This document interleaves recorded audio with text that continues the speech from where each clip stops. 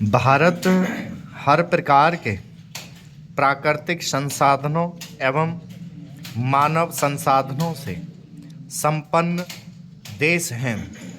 इसकी प्रचुर संपदा इसे अमेरिका, चीन व अन्य विकसित देशों की तरह आर्थिक दृष्टि से महाशक्ति बनाने के लिए पर्याप्त हैं, किंतु भारत को समय समय पर अनेक आपदाओं का सामना करना पड़ता है, जो देश के आर्थिक विकास की गति को अवरुद्ध कर देता है।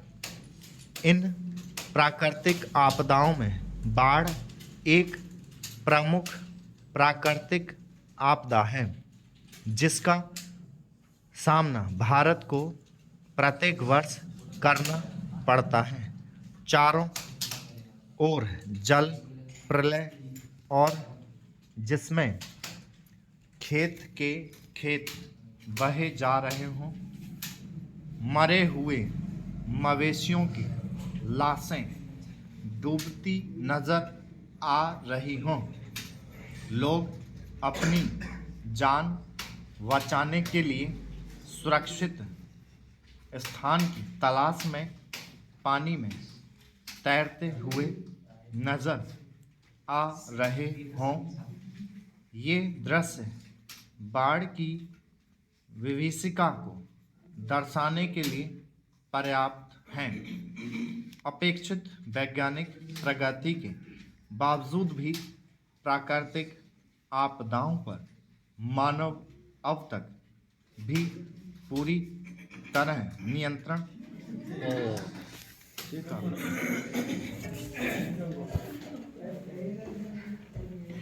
लैपटॉप बच जाओ भाई, ऐसे कभी किसी से मजाक नहीं करना। जब वक्त रट्टा मारता है ना, बहुत बार मजाक। अरे तो ऐसे एक बार स्कूल में हो हमारे ऐसे वक्त में किसी की मजबूरी तो इसमें फायदा उठाई ना कभी भी।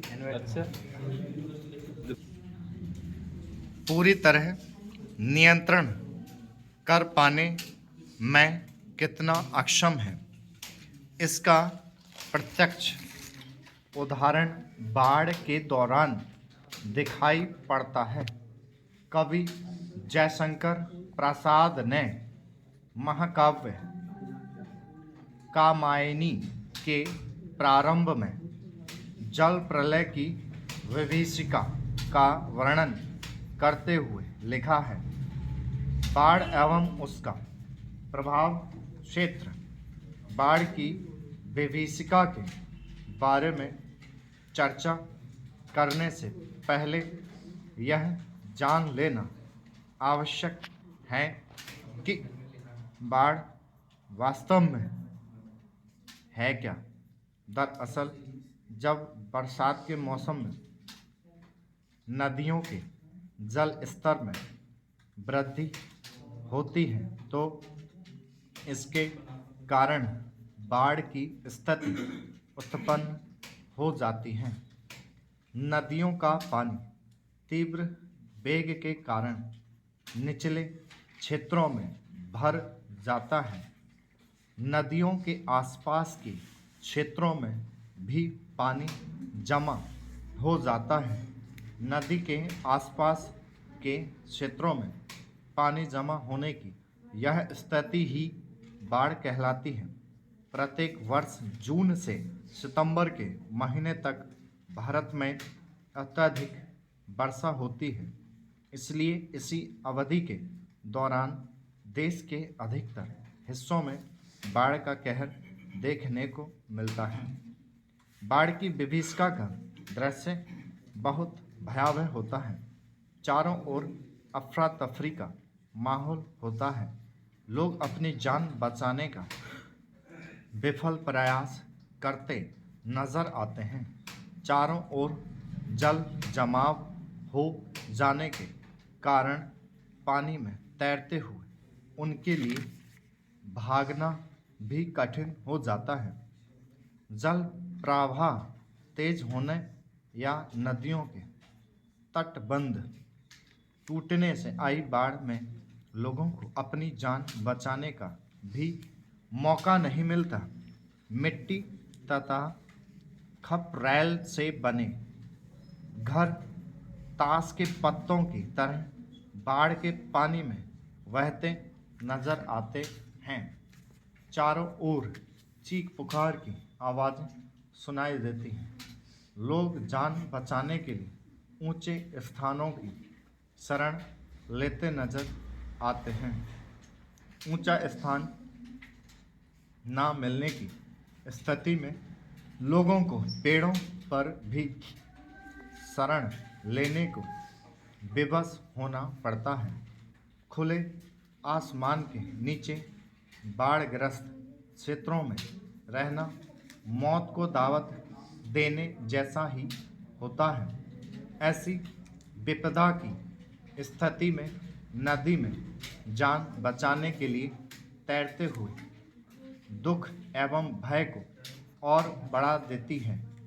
सरकार द्वारा लोगों को बचाने के लिए नावों एवं हेलीकॉप्टरों से खाद्य सामग्री उन तक पहुंचाने का प्रबंध भी किया जाता है।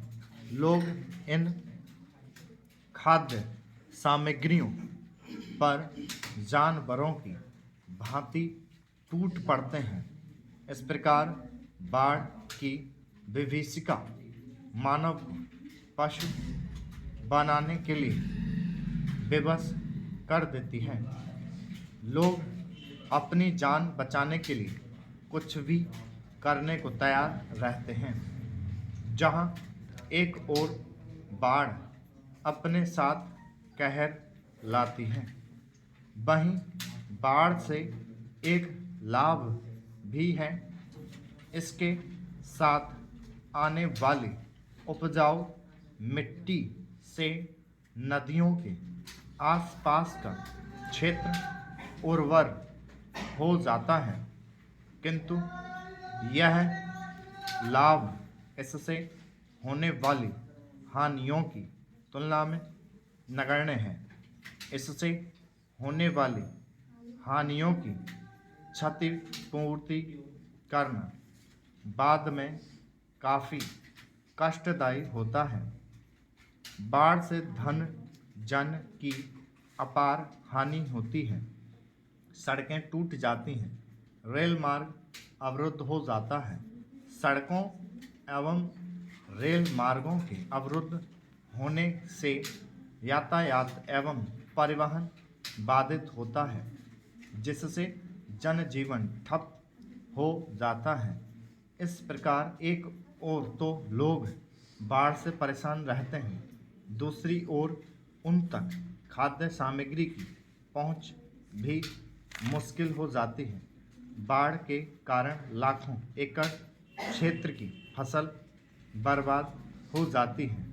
बाढ़ में मवेशियों के बह जाने से पशु संसाधन की हानि तो होती ही है, साथ ही साथ कृषि पर भी प्रतिकूल प्रभाव पड़ता है। बाढ़ में तटबंध टूटने की स्थिति में बड़ी बड़ी बस्तियां अचानक उजड़ जाती हैं।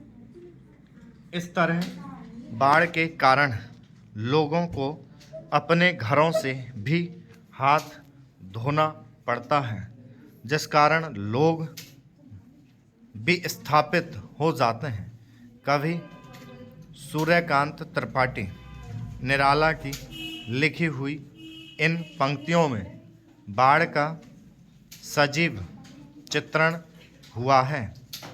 बाढ़ का कारण बाढ़ की इस विपदा से देश के जन और धन को बचाने के लिए आज यह आवश्यक हो गया है कि भारत में बाढ़ के प्रमुख कारणों पर गहन दृष्टि डालें, क्योंकि तभी बाढ़ से निपटने की दिशा में उठाया गया कोई कदम प्रभावकारी होगा।